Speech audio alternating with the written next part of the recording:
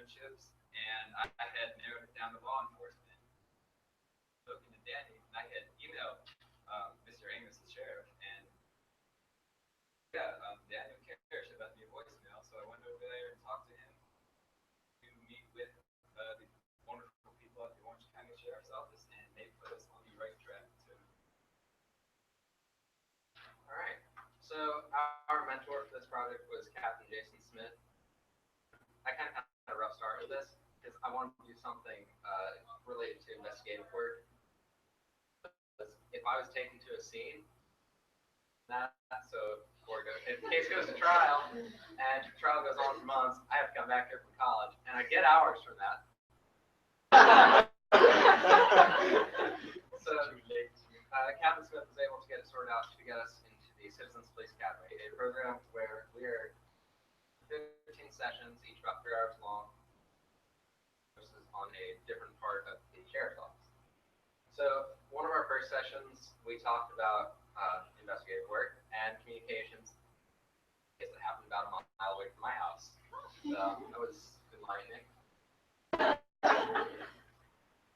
Highlights from what I learned from went for me. There were just points where I called out a lot because we were the kids of the group, and since we were doing this for a project, I guess they felt like I got to sit in the police car and they tried to get me to start it, but apparently there's some like special lever button. Won't start if like criminal tries to hop in the car. Some of my other highlights. We looked at the Orange County Courthouse, and it's actually me in the old courthouse. One of our final sessions, we had different scenarios to go through on a daily basis. SWAT gear and the origins of SWAT. And we have a special field trip to the Orange County Sheriff's Office's firing range. So we got to try out some of the weapons. So overall, it was just an amazing experience for me, and it just kind of cemented that idea that I really want to go into law enforcement, especially if it's like family thing that I was feeling. It was just like the bond that I have with everybody within just a few weeks was amazing. It's something that I'm really looking forward to. For my research paper, I focused on using psychology in criminal investigations. The research question I asked was, what are the most effective ways of determining criminality before the fact, or more simply, how do you know if somebody's going to commit a crime before they've actually committed a crime? 3 main areas. I looked at substance abuse, home life, and mental health and history of mental disorders. So obviously, mental health can be a factor because your mind and your emotions. You might be aggressive, you might be upset, you might need attention. Like you may come from a very impoverished background, get money, or just what you've grown up around. Be the most effective way from my research criminality before the fact is looking at history of substance abuse. Disorders, it really affects your mind, and it can get you into those aggressive mental states where you're just angry, you might need attention, you don't know what you're doing, it just blows up around you. It just kind of happens. It might also come from a need to get money to pay for habits. And so Danny focused on the psychology aspect of policing, while I focused on more of the outreach. So what police outreach is self-explanatory. Is when you go out in the community to show the people what they're really all about. And with today's portrayal of policemen in the media, it is very necessary. And so my question was, specific programs in terms of police outreach that would be most effective? And the answer I found to that is no, and that it all depends on the situation at hand. That can come from demographics to poverty rate to crime rate. It all depends. It can be anything from class and reading a book or doing putting on a program like the Citizens Police Academy that we went through for our internship. But it really all boils down to what is the need for the people in the community and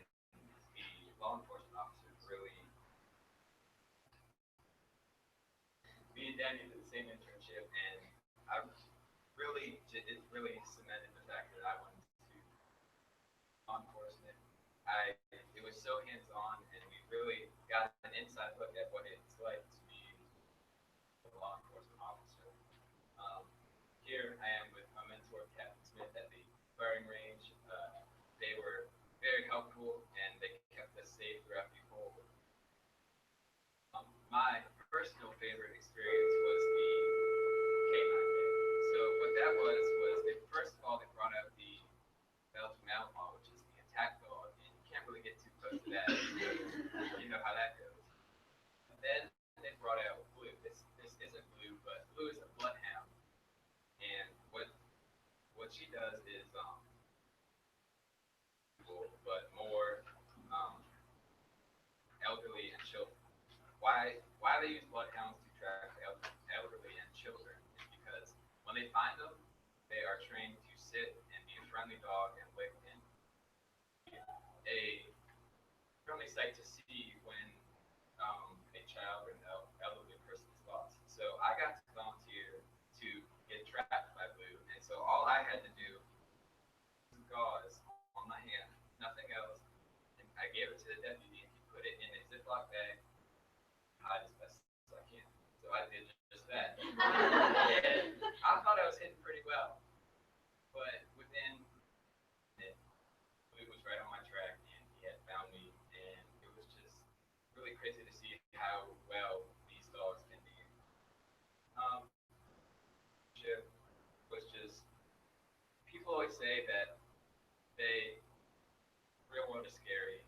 I have found that it's not, and but I have through the Orange County Sheriff's Office, it's just people and all of the people who put on the Citizens Police Academy really caring and kind and would really truly do anything.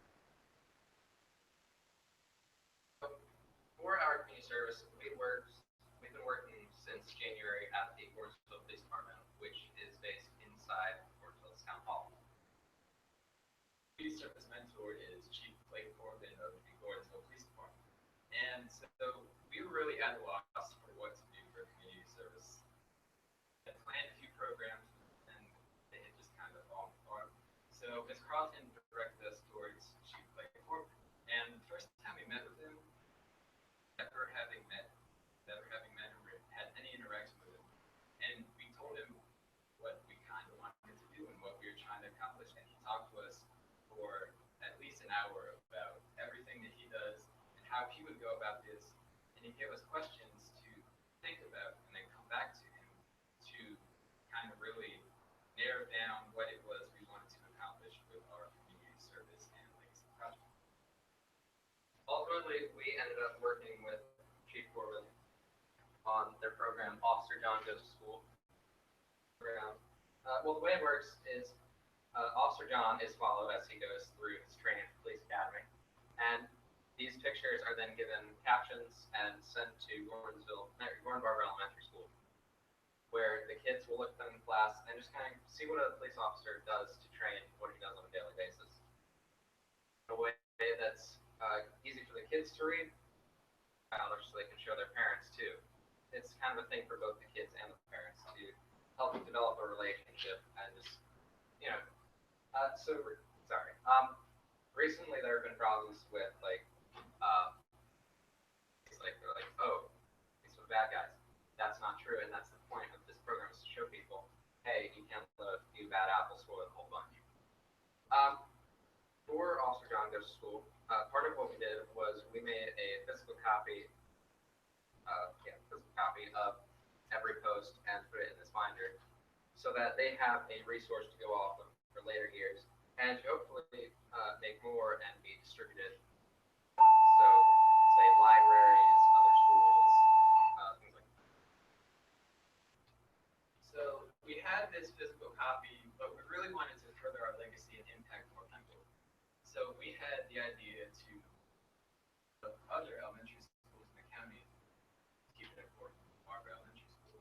And we had emailed these principals of the elementary schools, not really knowing how receptive they would be of the program, but all of them have been been so receptive of it and involved in their school, kids aren't really learning about what law enforcement really is all about in school. So this program is now going to be on schools in the county's websites for the kids to look at and it to be pushed on them and for them to show. Back to my research question with the outreach, a major part of that. When you try and get like the myth, you reach out to them. Enforcement are going to be the people that are already available, like when they're already around. So at a young age, to say, hey, law enforcement's not bad, and really impact them, and it has been shown. Program have questions and have asked Chief Blake Foreman all questions John goes through and what a police officer goes through day is like. So my plans for the future, I have committed to Regent University in Virginia Beach, and I'll be doing a double major in criminal justice and psychology and a minor in homeland security. Thinking of after I finish with college, possibly coming back here and working in the Gordonsville Police Department or the North County Sheriff's Office. I also want to pursue a degree in criminology. I have not yet decided between GMU, but I've gotten into both of them. And also, I would love to go work into federal law enforcement, but I really definitely know that I want to work in law enforcement. So for my advice, I kind of have two parts. The first is find out what this is early. I felt coming into senior year like I didn't know what the entire senior project was about. I felt like people already knew what they wanted to do. What's a senior internship? So just get it figured out so you don't have to stress about it later. And the second is, well, don't stress about it. Like right now, I'm up here about to have a heart attack. And if you don't stress about it, it'll go smoother. You won't almost have a heart attack. Advice is to really, everyone has said it, but really enjoy what you do and also to make connections. You don't realize it now because we're all in high school, but through this internship and through your research and through everything you do with this project, well, you can and may use them later on in life as you search for a job or possibly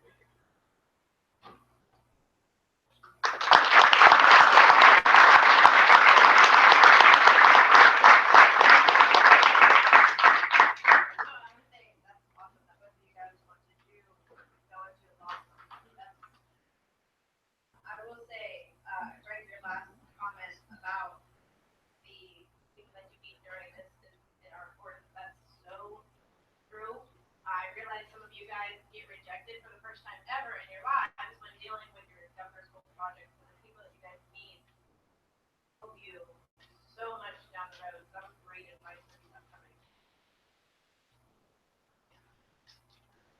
I love the idea, Greg, and obviously Danny, you kind of tagged into this with the mind of it and educating kids early on to respect the police, not be afraid of the police, and kind of create an environment where it's absolutely necessary because you obviously have your social conditions that are going to exist as they get older. And I love the idea of